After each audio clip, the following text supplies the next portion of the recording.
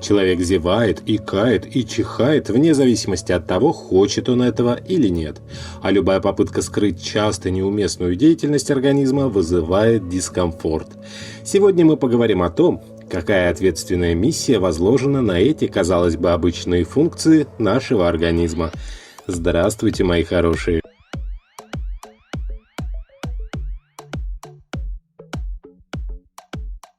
Чихание является защитной реакцией организма и возникает при раздражении рецепторов, располагающихся на слизистых оболочках носовых полостей. Так, когда в носовой полости скапливается пыль, слизистая сохнет, нервные окончания раздражаются и происходит чих. Резкий выдох через носоглотку из легких помогает выгнать все лишнее из носа, чтобы этот мусор, микробы, инородные тела, аллергены, пыль и избыточная слизь не прошли в носоглотку и дальше. Нормой считается чихнуть 2-3 раза подряд. Но если каждое утро начинается с чихания, это повод встревожиться. Возможно, рядом аллерген, либо у вас хронический ринит, либо необходимо увлажнить слизистую носа. Причины могут быть разные. Встречаются люди, которые чихают при определенных манипуляциях, например, когда выщипывают брови. Такое явление объясняется тем, что в этом месте находятся нервные окончания, провоцирующие чихание. Многие чихают, оказавшись на ярком свете. Почему это происходит? Этим вопросом люди задавались с незапамятных времен. Склонность человека чихать при виде яркого света была отмечена еще древнегреческим ученым Аристотелем. Современные ученые объясняют это тем, что ультрафиолетовые лучи солнечного света раздражают обонятельные рецепторы. Кстати, известно, что чихание на свет является наследственным. В любом случае, чтобы ни было причиной вашего чихания, не забывайте прикрывать нос. Во-первых, чтобы не заразить окружающих, при чихании из носа со скоростью 160 км в час вылетает более 100 тысяч бактерий, которые могут вдохнуть окружающие люди. Во-вторых, этого требует этикет. Что делать, если приспичило чихнуть в самый неподходящий момент? Чихание можно остановить. Энергично потрите пальцами переносицу или ущипните себя за кончик носа. Прибегайте к таким мерам только в случае острой необходимости. Не стоит сдерживать эту естественную деятельность организма, поскольку тогда микробы останутся с вами. Зевота – одно из самых загадочных явлений организма. О назначении зевоты ученые спорят до сих пор. Зевают практически все – лягушки, птицы, млекопитающие, рыбы. Даже младенцы, причем они начинают зевать еще в утробе матери. Зевоту принято списывать на недостаток сна или скуку. Исследования доказали, что это не так. Согласно наблюдениям, в большинстве случаев человек зевает, совершенно не желая спать. Например, когда волнуется или когда ему душно. Во время стресса мозг перезагружен и, как бы странно это ни звучало, перенагревается. В ответ нервная система включает защиту – зевоту, чтобы охладить мозг. Зевота также может возникать, если в помещении слишком жарко или не хватает кислорода. Почему же зевота так заразительна?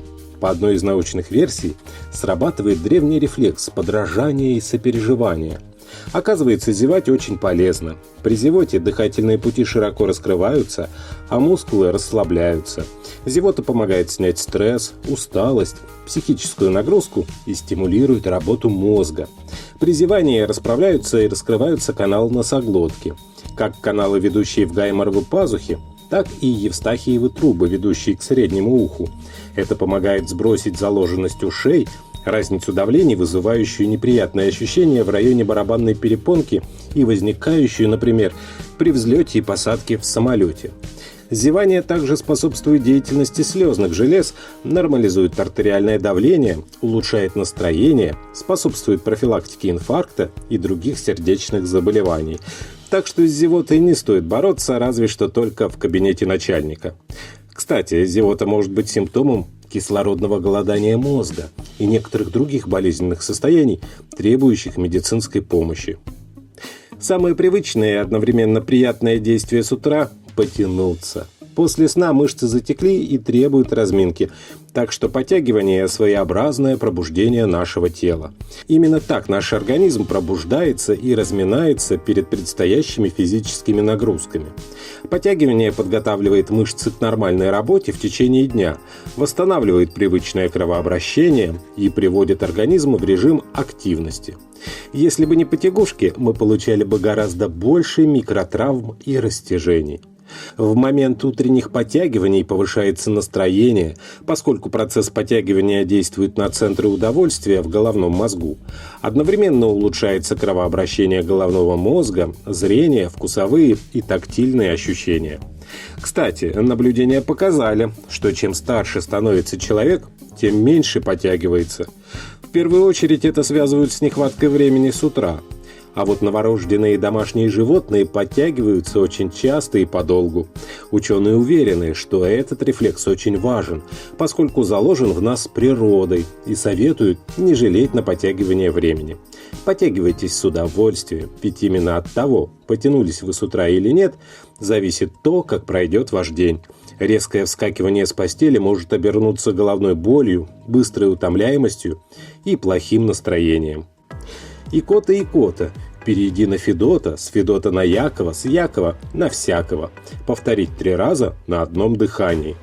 Наверное, каждый знает о таком лечении икоты.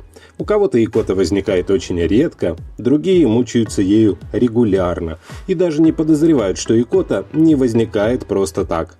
Ученые утверждают, что с помощью икоты организм избавляется от лишней нагрузки. Чаще всего эта нагрузка возникает от отсутствия культуры питания. Недостаточно хорошо пережеванная пища травмирует стенки пищевода, к которым прилегает блуждающий нерв. В свою очередь, блуждающий нерв, напрягаясь, тревожит диафрагму, и в целях защиты она производит резкие воздушные толчки, проталкивающие пищу. Перекусы всухомятку, наспех, разговоры за едой, любовь к газированным напиткам – все это способствует возникновению икоты. Так что икота совсем не безобидный фактор. Частая и продолжительная икота нередко является тревожным сигналом. Часто это признаки гастрита, кишечной непроходимости, надвигающегося инфаркта миокарда, нарастающей внутричерепной гипертензии или сдавливания межпозвонкового диска грыжей, опухоли шеи, пищевода или легких. Кроме того, икота может являться следствием нервных расстройств. В медицине известны случаи целой психической эпидемии, когда жители одной области икали месяцами, заражаясь икотой друг от друга. Придумано немало способов избавиться от надоедливого состояния.